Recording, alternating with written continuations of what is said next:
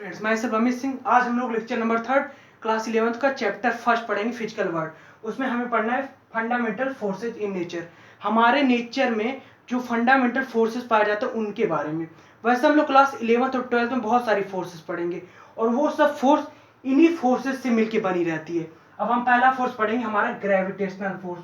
दो बॉडी जिनके पास मास हो, उन दोनों के बीच में जो फोर्स लगे उन्हें कहेंगे ग्रेविटेशनल फोर्स। जैसे एप्पल गिर रहा है, एप्पल और अर्थ के बीच में दोनों पास मास है ना, फोर्स लग रही। एप्पल नीचे ही तो गिर रहा है, मतलब कुछ लग रहा है जो उसे नीचे गिराने की कोशिश कर रहा है, वो क्या है? Gravitational force. दो मासेस के बीच, और हमेशा ये ग्रेविटेशनल फोर्स अट्रैक्टिव फोर्स होगा, अट्रैक्टिव। और ये वीक फोर्स होता है, और ये फोर्स जो होता है वो लॉन्ग रेंज में, बहुत लॉन्ग रेंज ऑर्डर में होता है। और दूसरा फोर्स हमारा इलेक्ट्रोमैग्नेटिक फोर्स। इलेक्ट्रोमैग्नेटिक फोर्स जब दो चार्जेस के बीच में हो, ये अट्रैक्टिव भी हो सकते हैं, रिपल्सिव भी हो सकते हैं। अब जब लाइक चार्जेस हो, जैसे प्लस प्लस चार्जेस, तो क्या करेंगे? रिपेल करेंगे। माइनस माइनस चार्ज, दो सेम चार्जेस है ना, तो क्या करेंगे? रिपेल करेंगे। प्लस माइनस तो अलग अलग चार्जेस है, तो क्या करेंगे? अट्रैक्ट करेंगे।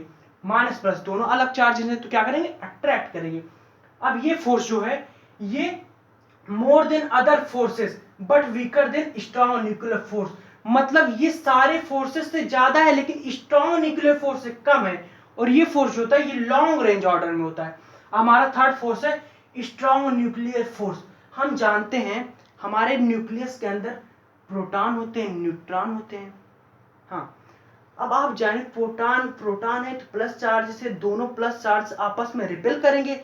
जब रिपेल करेंगे तो उन दोनों को भागना चाहिए, इसे फाड़ के अलग हो जाना चाहिए। लेकिन ये क्या रहता है उसी न्यूक्लियस के अंदर, मतलब कोई फोर्सेस है जो उन्हें पकड़ी हुई है, वो फोर्स है स्ट्रॉन्ग न्यूक्लियर फोर्स। और ये फोर्सेस जो होते हैं वो चार्ज पे डिपेंड नहीं करते, और ये फोर्स जो होते हैं ये शॉर्ट रेंज ऑर्डर में होते हैं, 10⁻⁻15 मीटर। और ये फोर्स स्ट्रॉन्ग फोर्स होते हैं, सबसे ज्यादा स्ट्रॉन्ग फोर्स होते हैं।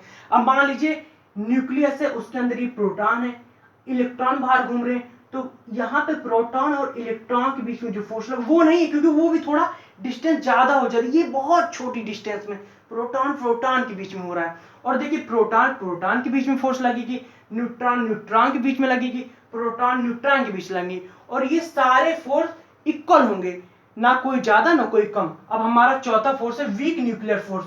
ये ऐसे एटम जो अनस्टेबल हो, घूम रहे हैं, अपनी स्टेबिलिटी के लिए क्या करें? बीटा डीके कर रहे हैं, इलेक्ट्रॉन निकाल रहे, इलेक्ट्रॉन निकाल रहे। तो एक इलेक्ट्रॉन होता है और एक न्यूक्लियस के अंदर एक अनचार्ज पार्टिकल होता है न्यूट्रिनो। उन इलेक्ट्रॉन और न्यूट्रिनो के बीच में जो इंटरेक्शन होता है, फोर्स लगता है, उसी को हम कहते हैं वीक न्यूक्लियर फोर्स। और ये होता है शॉर्ट रेंज ऑर्डर, 10⁻⁻15 मीटर। और ये less than electromagnetic force but more than gravitational force. मतलब इलेक्ट्रोमैग्नेटिक फोर्स से कम होता है और ग्रेविटेशनल फोर्स से ज्यादा होता है। अब हम देखेंगे कौन ज्यादा है कौन बड़ा है इन चारों में से। स्ट्रॉन्ग न्यूक्लियर फोर्स सबसे बड़ा है, फिर इलेक्ट्रोमैग्नेटिक फोर्स है, फिर उसके बाद वीक न्यूक्लियर फोर्स है, और सबसे कम ग्रेविटेशनल फोर्स है। अब हम रेशियो जानेंगे। स्ट्रॉन्ग न्यूक्लियर, अगर हम चारों को रेशियो में डिवाइड कर दें तो ये 10⁻38, 10⁻36 और 10⁻25 और ये 1।